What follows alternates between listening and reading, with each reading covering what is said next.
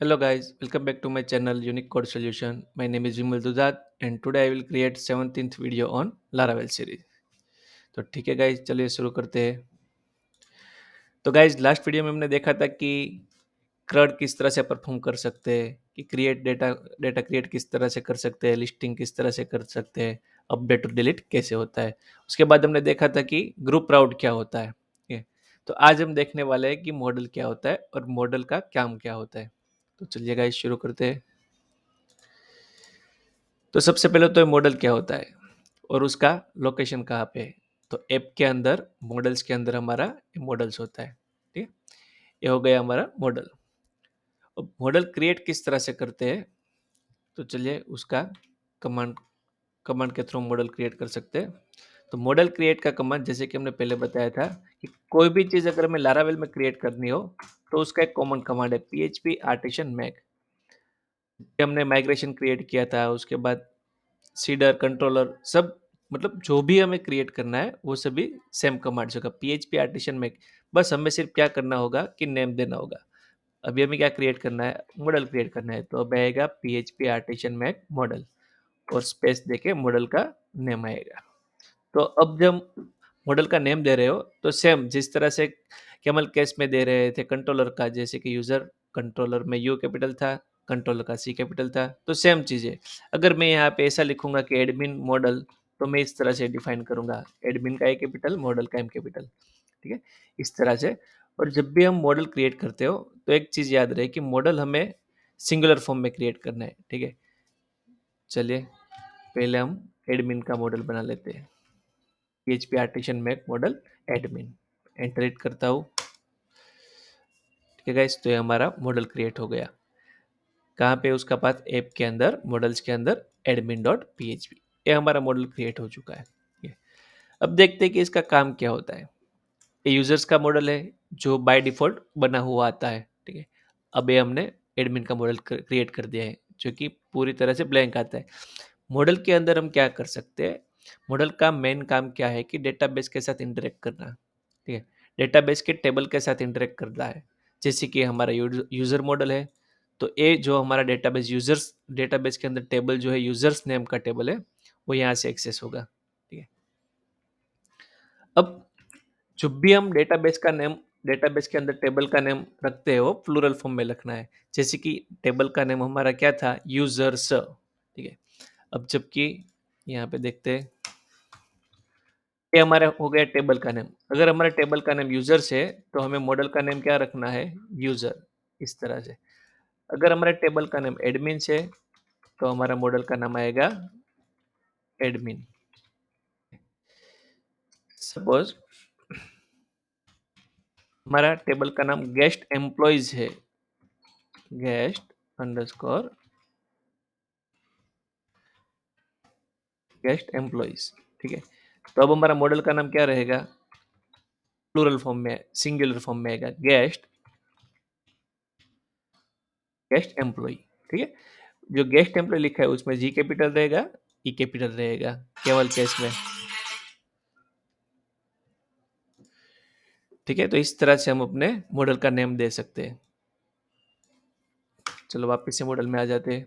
Model के अंदर करना क्या रहता है, तो पहले तो डेटाबेस के टेबल के साथ जो इंटरेक्ट करता है, तो हमें क्या है कि जिस भी टेबल के साथ यहाँ पे कनेक्शन देना हो, कनेक्शन तो ऑटोमेटिक दे देगा, पर अब हमें क्या करना होगा कि जितनी भी फील्ड है तो सारी फील्ड के नेम यहाँ पे लिखने होंगे। तो चलिए गाइस देखते हैं। मैं अभी अपना जैम्प सर्वर ऑन कर देता हूँ।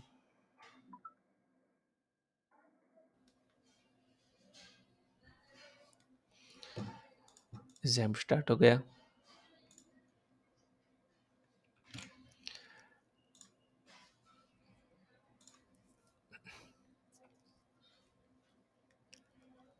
हमारे पास कौन सा टेबल है, यूजर्स का टेबल।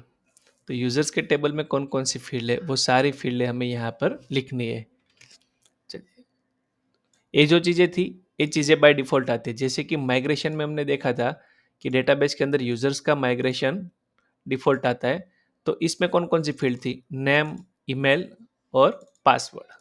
तो इसमें 3 चीज़ें दी हुई है। बाकी की फील्डें हमने ऐड कर दी है। तो कौन कौन से ऐड किए, जैसे कि यूज़र नेम, तो हमें यहाँ पे यूजर नेम लिख देना है। उसके बाद कौन सी थी, ईमेल वेरीफाइड एड की जरूरत नहीं है, पासवर्ड ऑलरेडी है। जेंडर, फोन, स्टेटस, यहाँ पे मैं लिख देता हूँ जेंडर, फोन, स्टेटस। तो इतनी जो फील्ड है वो हमारे टेबल्स के अंदर है। तो जो जो भी फील्ड है टेबल्स के अंदर हो, वो सारी चीजें यहाँ पे फील्ड का नेम यहाँ पे लिख देना है। ठीक है। और एक चीज है ना, created, created at, updated at. ये दोनों फील्ड है वो कहाँ से आई, तो जैसे कि हमने पहले देखा था कि टाइम स्टैम्प के अंदर, अगर हमने टाइम स्टैम्प लिया हुआ है तो ये दोनों चीज़ें क्रिएटेड एट अपडेटेड ऑटोमेटिक आ जाती है। ठीक है गाइस।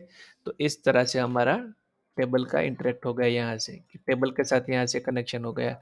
कनेक्शन, कनेक्शन क्या है कि ऑटोमेटिक होता है, पर ये चीज़ें क्या है कि ये सब चीज़ें जो है वो हमने क्या की हुई है, उसको बताया है कि इस डेटाबेस के अंदर इतनी इतनी फील्डें है। ठीक है। तो सेम चीज है, अगर हमें एडमिन में लिखनी है तो यहाँ से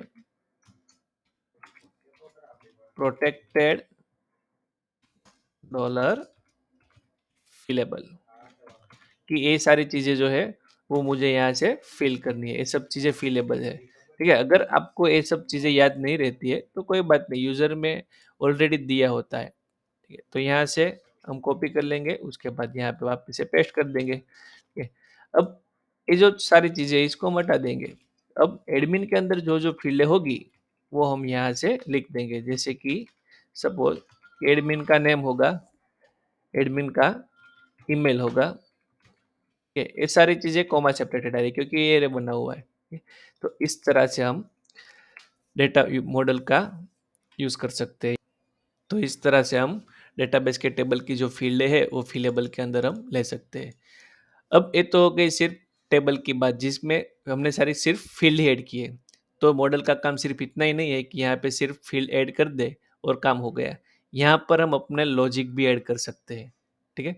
लॉजिक जैसे कि अगर हमें कोई कॉमन फंक्शन बनाना हो, जैसे कि हमारे पास यूजर्स का टेबल है और यूजर्स के टेबल की आईडी जो है वो यूजर डिटेल्स के टेबल में है, तो हम यहाँ से डायरेक्ट रिलेशन के थ्रू यूजर्स से यूजर यूजर डिटेल का डेटा गेट कर सकते हैं आईडी के थ्रू। वो हम रिलेशनशिप बोलते हैं। वो जो रिलेशनशिप है वो हम बाद में देखेंगे। और ऐसा भी नहीं है कि सिर्फ रिलेशनशिप ही यहाँ पे ऐड कर सकते हैं। कोई भी कॉमन फंक्शन हो, जैसे कि आपको कोई यूजर्स को डिलीट करना हो तो आप डिलीट का लॉजिक भी यहाँ पे लिख सकते हैं। बाद में सिर्फ वो फंक्शन को वहाँ पे कॉल कर देना है, कहाँ पे, कंट्रोलर के अंदर। ठीक है। तो ये तो चीजें हो गई नेम और ये सारी फिलेबल और लॉजिक की। अब एक क्वेश्चन आता है कि अगर मेरा टेबल का नाम एडमिन है, मेरा मॉडल का नाम एडमिन है और मेरे टेबल का नाम एक्स वाई जेड है, तो क्या करेंगे? तो इसको डेटाबेस के साथ कनेक्ट कर सकते हैं या नहीं? हाँ गाइस, बिल्कुल कनेक्ट कर सकते हैं। तो सिर्फ हमें यहाँ पे इतना ही लिखना रहेगा कि प्रोटेक्टेड डॉलर टेबल, और यहाँ पे हमें टेबल का नेम डिफाइन होगा। जैसे कि मेरा टेबल का नाम एक्स वाई जेड है। ठीक है। तो मैं इस तरह से लिख दूंगा। अब इसका क्या मतलब हुआ, कि इसका मतलब ये हुआ कि जब भी आप एडमिन मॉडल का यूज करोगे तो हर टाइम पे जो आपका एक्सपाइजेड नाम का टेबल है डेटाबेस में, उसका डेटा वो एक्सेस कर सकोगे। जैसे कि अब एडमिन मॉडल से डेटा डिलीट करोगे तो एक्सपाइजेड टेबल का डेटा डिलीट होगा। ठीक है। और अगर आप ये नहीं लिखते हो तो भी चलेगा। मैं इसको भी कमेंट आउट कर देता हूँ। अगर हमें नहीं लिखना है तो वो ऑटोमेटिक बाय डिफ़ॉल्ट कैसे कनेक्ट करेगा? तो वो सिंगुलर और प्लूरल फॉर्म में जाएगा। जैसे कि एडमिन्स है तो वो एडमिन टेबल जो हमारा मॉडल है एडमिन का, तो वो कौन से टेबल से कनेक्ट होगा? एडमिन्स के टेबल से। एडमिन्स। यूज़र है तो यूज़र्स के टेबल से कनेक्ट होगा। एम्प्लॉयी है तो एम्प्लॉइज़ के टेबल से कनेक्ट होगा। गेस्ट एम्प्लॉयी है तो गेस्ट एम्प्लॉइज़ के टेबल से कनेक्ट होगा। ठीक है। पर अगर सिंगुलर और प्लूरल फॉर्म नहीं रखना है, आपको पूरा ही डिफरेंट नेम देना है, तो इस तरह से आप नेम दे सकते हैं। ठीक है गाइस, तो ये हो गया बेसिक इंट्रोडक्शन ऑफ मॉडल।